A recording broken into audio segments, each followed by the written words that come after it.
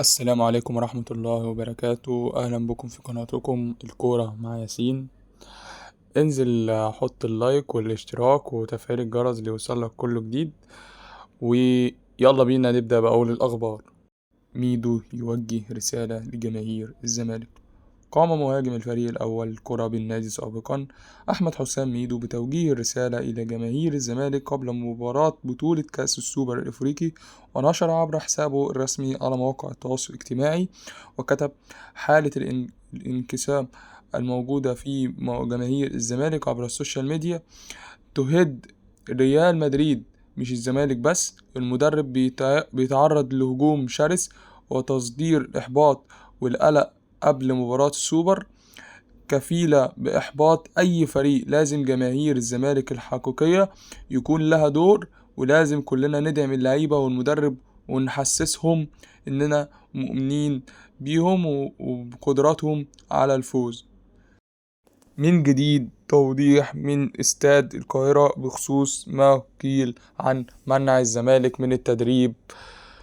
وضح وليد عبد الوهاب رئيس هيئة استاد القاهرة حقيقة منع الفريق الأول الكرة من إقامة مرانه بالاستاد أول أمس الخميس، وأشار خلال تصريحاته إلى لدينا فريقين في مصر حاليا من كينيا، وهما منافسي الزمالك والأهلي، وهم الشرطة الكيني وجورماهيا الكيني. وأكد على أن الاتحاد الإفريقي له لوائح تضمن الفريق الضيف مران على ملعب المباراة بنفس توقيتها قبلها بيوم، وشدد على بما أن جورماهيا لن يتمكن من التدريب في اليوم السابق لمباراته نظرا لانشغال الاستاد بمباراة الزمالك والشرطة. وتابع: فتقرر أن ينال هذا المران أمس الخميس، والأبيض لم يراجع خطابات الكاف فتوجيه الملعب بنفس توقيت مران جورماهيا، ولم يكن يمكن السماح له بالتدريب وفقا للوائح. نتيجة مباراة الزمالك الودية: انتهت منذ قليل مباراة الفريق الأول الكرة بالنادي مع فريق الشباب بالزمالك مواليد 2005 برباعية مقابل هدف لصالح الكبار. جاءت بداية المباراة سريعا من الفريقين، وتمكن محمد حمدي من تسجيل هدف التقدم الدقيقة الثالثة من تسديدة من خارج منطقة الجزاء لتسكن الكرة على يسار الحارس. وبالدقيقة 14 نجح السنغالي سيدي نضاي بتسجيل هدف التعادل للفريق الشباب من تسديدة قوية داخل منطقة الجزاء للفريق الأول.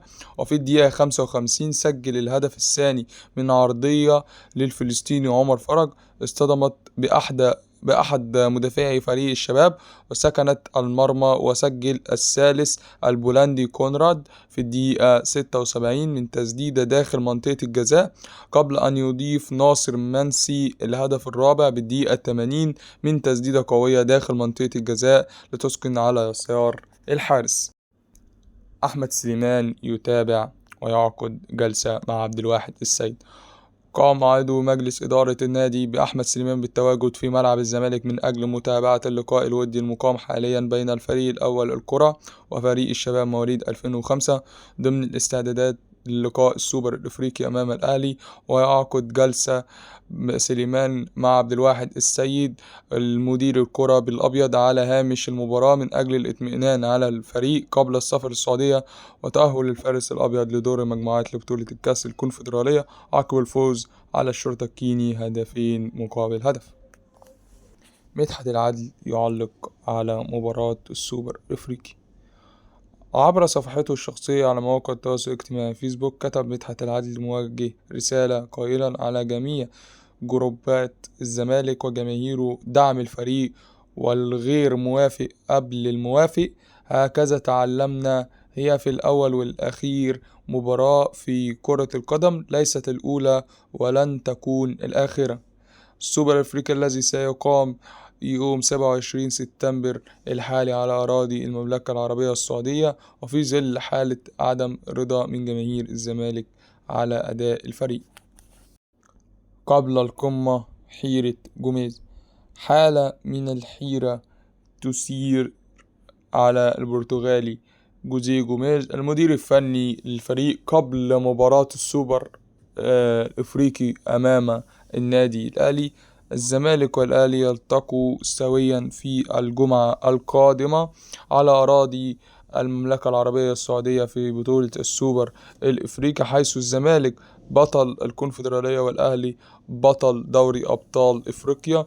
حيرة جوميز الأولى تتمثل في مركز المهاجم الذي سيخوض اللقاء.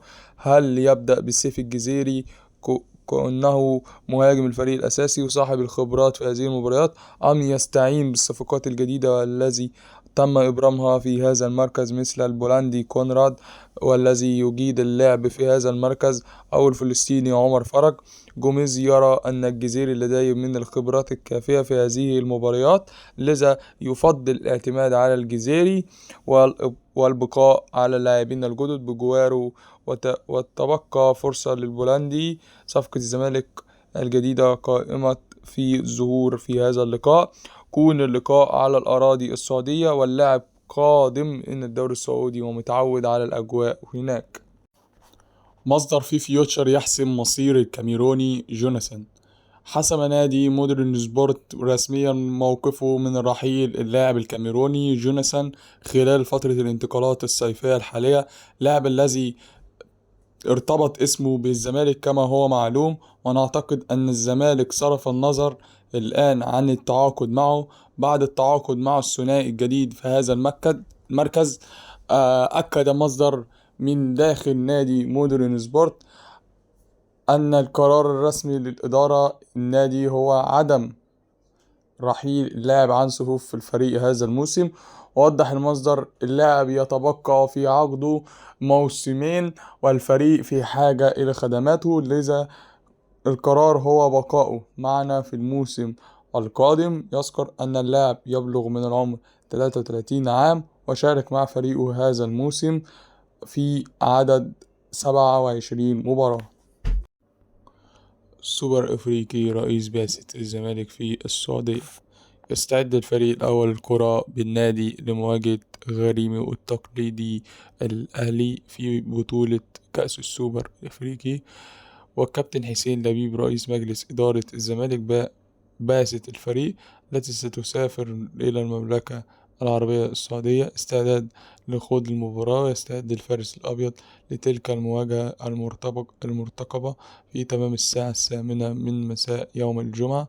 وكان الفريق الأول فاز على فريق الشباب بالنادي برباعية مقابل هدف في المباراة الودية التي أقيمت في اليوم على ملعب النادي. وبكده تكون حلقتنا انتهت. أشكر على حسن الاستماع، والسلام عليكم ورحمة الله وبركاته.